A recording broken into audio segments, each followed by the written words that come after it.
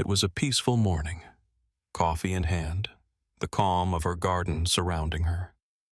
Then, the sound of destruction shattered her world. The chairman of the Homeowners Association stepped forward, coldly stating, "This is by the council's order." In that moment, everything changed. But what happened next will shock even the toughest. Let's start from the beginning. Jessica Taylor had always thought she was living the dream. Tucked away in the quiet sprawl of suburban Denver, her little home was her refuge from the chaos of the world. Her backyard, meticulously cared for, was her personal escape. It wasn't a grand space, but it was hers, complete with a small, weathered shed at the far end. Over the years, it had become her sanctuary, filled with old furniture, gardening tools, and memories of better days. To her, it was a symbol of her hard work, of what she had built on her own. That morning, like any other, Jessica sat with a steaming mug of coffee in hand, enjoying the calm. The sun was still low, casting a soft glow over the dew-covered grass, and the world felt right. But that peace was shattered in an instant. She heard the rumble of an engine, the hiss of hydraulic machinery, and the unmistakable crackling of wood being ripped apart. It took her a moment to process what was happening.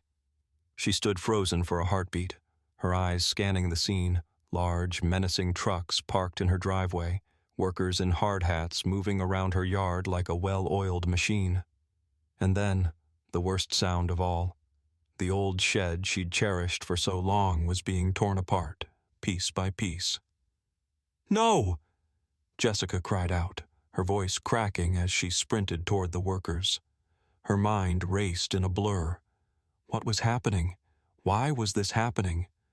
She demanded an explanation, but one of the men merely lifted a clipboard, showing her the document as though that would be enough to justify the destruction.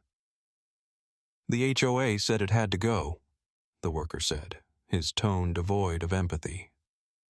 Jessica turned to see Greg Arnold, the HOA president, standing at the edge of the yard with his arms crossed. His cold, calculating gaze met hers. He didn't look apologetic or even concerned. His expression was flat, almost smug. "We've had complaints," he said, his voice as matter-of-fact as if he were discussing the weather. "Your shed doesn't meet certain codes. It's coming down." No warning. No letter in the mail, no chance to argue, to even understand why. Just the cold, unfeeling execution of someone else's decision. Her heart dropped, and for a moment she stood there, helpless. The shed, her shed, was gone. And worse yet, the realization hit her. This was only the beginning. The days that followed were a blur of mounting frustration and confusion. Jessica felt as though she were caught in a fog of red tape, each turn leading to another dead end. Desperate for an explanation, she reached out to her HOA, hoping for some semblance of clarity, or, at the very least, an apology. But Greg Arnold, the ever-polite but distant president, offered little more than a cold, dismissive shrug. "We have rules for a reason," he said, his tone as flat and unfeeling as the paper he scribbled on. Her frustration deepened as the absurdity of the situation set in. How could they just take her property? No notice, no warning, nothing but the sound of her shed being reduced to rubble, her personal space stripped away without so much as a chance to contest it. It felt like a direct attack, a complete disregard for her rights, and it gnawed at her from the inside. Trying to make sense of it all, Jessica took the matter to the HOA board. She was met with blank stares and apathy.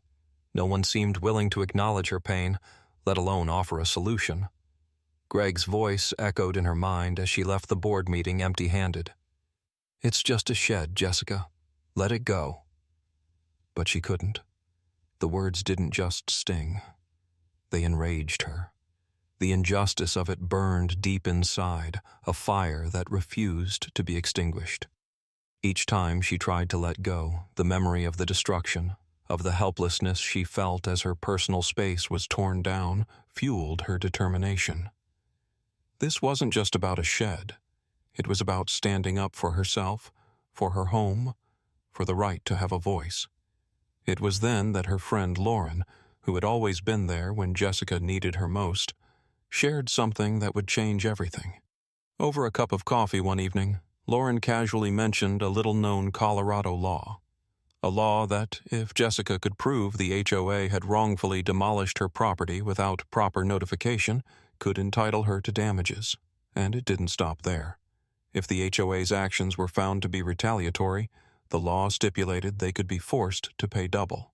Jessica's heart raced as she absorbed the information. This wasn't just some small-town rule. This was real. There was a legal way to fight back, to hold the HOA accountable for their actions. The flicker of hope sparked within her, and for the first time in days, she allowed herself to believe that maybe, just maybe, she could win. Fueled by a deep sense of rage and an unwavering conviction that she was in the right, Jessica plunged into the legal research with relentless determination.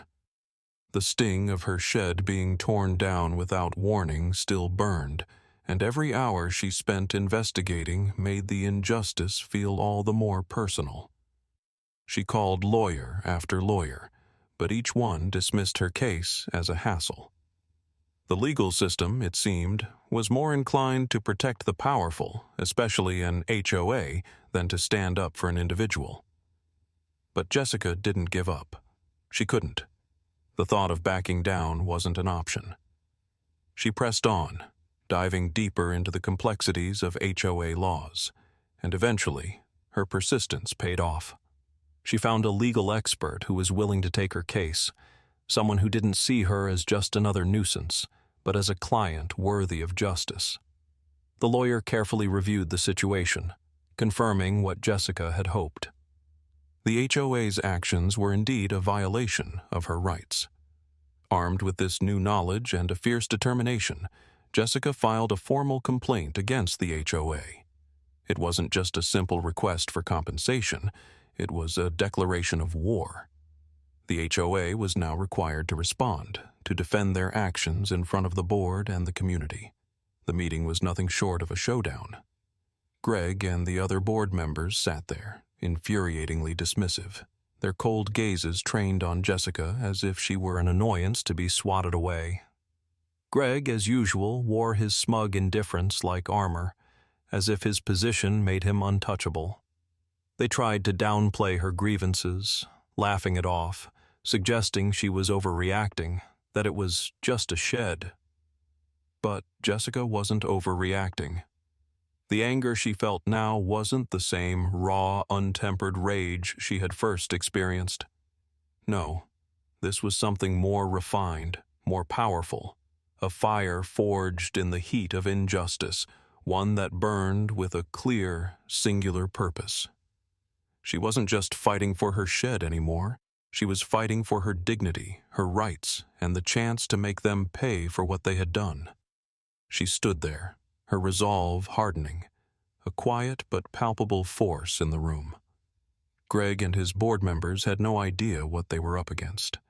They thought they could dismiss her, push her around like they had so many others. But Jessica was no longer just a homeowner in a suburban neighborhood.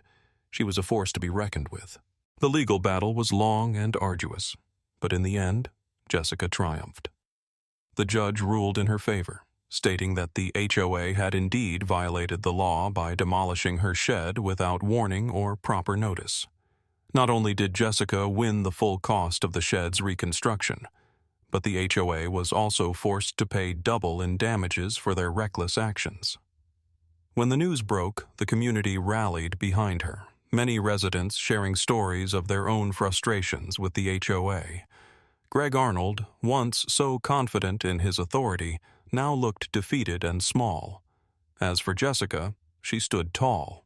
The justice she had fought for felt more like a personal victory than just a legal one.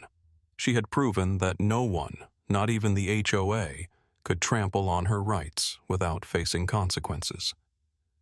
And as she stood in her rebuilt backyard, looking at her new shed, Jessica finally felt that sense of peace return. The battle had been long, but it was worth it. The HOA had learned a valuable lesson. They could not bulldoze her life or anyone else's without paying the price.